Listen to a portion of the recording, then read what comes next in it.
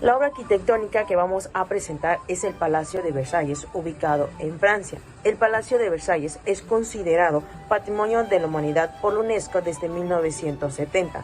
Para conocer por qué es considerado un Patrimonio de la Humanidad, debemos saber quiénes fueron los arquitectos que le dieron vida a esta obra arquitectónica.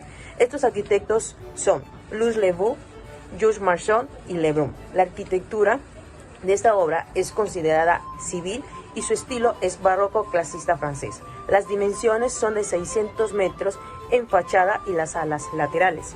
El origen de este palacio está en un pabellón de caza construido por Philibert Leroy para Luis XIII, pero fue Luis XIV quien utilizó inicialmente para retirarse fuera de los comentarios de la corte. No obstante, se vio atraído por este paraje y realizó 3 ampliaciones que consideraron como momentos personales y políticos, hasta que en 1710 concluyó la primera gran reforma que le proporcionó el aspecto actual, aunque con algunas diferencias. Como se menciona, esta obra se dividió por 3 etapas. La primera va desde 1661 hasta 1660, en donde se le agregaron los espacios laterales del palacio. Al unirse, dan lugar a la plaza de armas.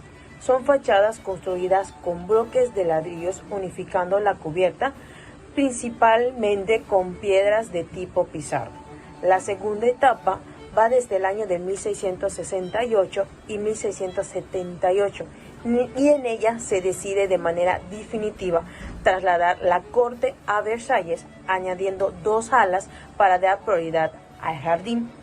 La última etapa comprende desde 1678 hasta 1692. En ella ocurre la ampliación definitiva del palacio, construyendo la capilla real, la cual se ubica en la ala norte del palacio, y la misma se construyó en 2 alturas.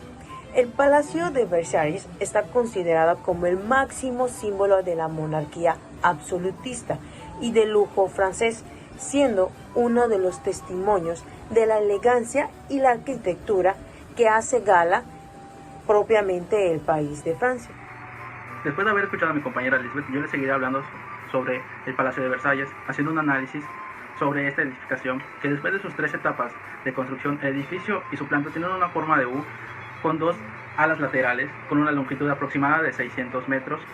Una parte mira a lo que es el pueblo y la otra mira hacia los jardines, siendo un claro ejemplo de arquitectura palaciega en Europa, tanto por el buen gusto y por la majestuosidad de la edificación. Entre sus principales características encontramos que tiene una superficie de alrededor de 67.000 metros cuadrados en sus 3 palacios. Viene siendo el Palacio de Versalles, el Gran Trianon y el Pequeño Trianon. Más de 700 habitaciones, 2.000 ventanas y 352 chimeneas es con la que cuentan estas 3 edificaciones. Además, en su interior podemos encontrar una gran variedad y selección imperdible de la mejor decoración de aquella época, como viene siendo pinturas, tapices, esculturas, muebles, telas, y con una gran variedad de 483 espejos, que para la época, a menos que seas de la realeza, podrías contar con ellos. Los elementos decorativos que se utilizaban para aquellas épocas, podemos encontrar una gran multitud por su gran ostentación. Aparecen esculturas en los techos, adosados a la pared, hornacinas, alfices decorados, entablamento decorado. Aparecen vallas de piedras en el techo y en diferentes partes, que dan una sensación de uniformidad. Y además, otro tipo de aspecto a tener en cuenta es la decoración dorada en diferentes lugares de lo que es el Palacio de Versalles. En una de ellas a resaltar la fachada, que es un gran elemento propio del gótico, y los elementos propios de los órdenes clásicos, como los frontones. Esto sin tener en cuenta el famoso Jardín de Versalles, el cual es uno de los más grandes del mundo. En su interior tiene, además, el Teatro Real, o mejor conocido como Ópera Real, un teatro con una capacidad de 700 personas, elaborada con las mejores maderas de aquel entonces, lo que podía permitir, y permiten hoy en día, tener una acústica excelente en todo el recinto. Este lugar posee hoy en día importantes obras de arte que los convierten en uno de los más significativos de Europa. Entre sus más destacadas podemos encontrar la Galería de los Espejos, un pasillo de 73 metros de largo, La galería de las batallas también es otra de las más completas de este lugar.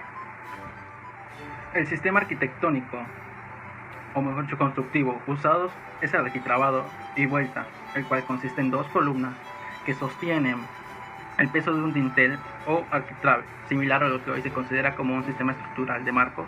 Bueno, continuando, los elementos constructivos sustentantes utilizados son el muro, columnas de orden toscano, jónico y corintio, también pilastras de orden jónico y pilares. Igual se utilizaron arcos de medio punto y algunos entablamientos que están siendo sustentados por columnas de orden dórico para realizar una terraza. Y continuando con el techo construido es a dos aguas.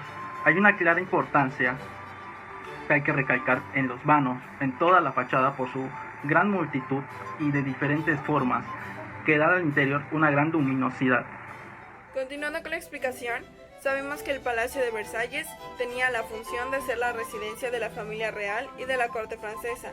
Este representaba el poder evidente del régimen absolutista, el cual lo consigue gracias a los arcos suntuosos del interior, envueltos por un exterior que mantenía el equilibrio y la medida a través de una estética casi clásica. Todo el palacio fue construido de acuerdo a la concepción del que el rey era una divinidad, por lo tanto, todo se estructuraba a su alrededor. También sabemos que el Palacio de Versalles marcó una pauta estilística para toda Europa durante el reinado de Luis XIV.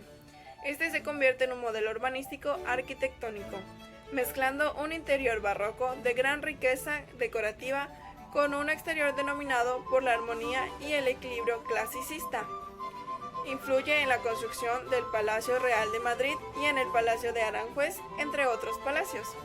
El Palacio de Versalles es un gran ejemplo en cuanto a la simetría y los efectos ópticos, dando una sensación de alivio y agrado al espectador.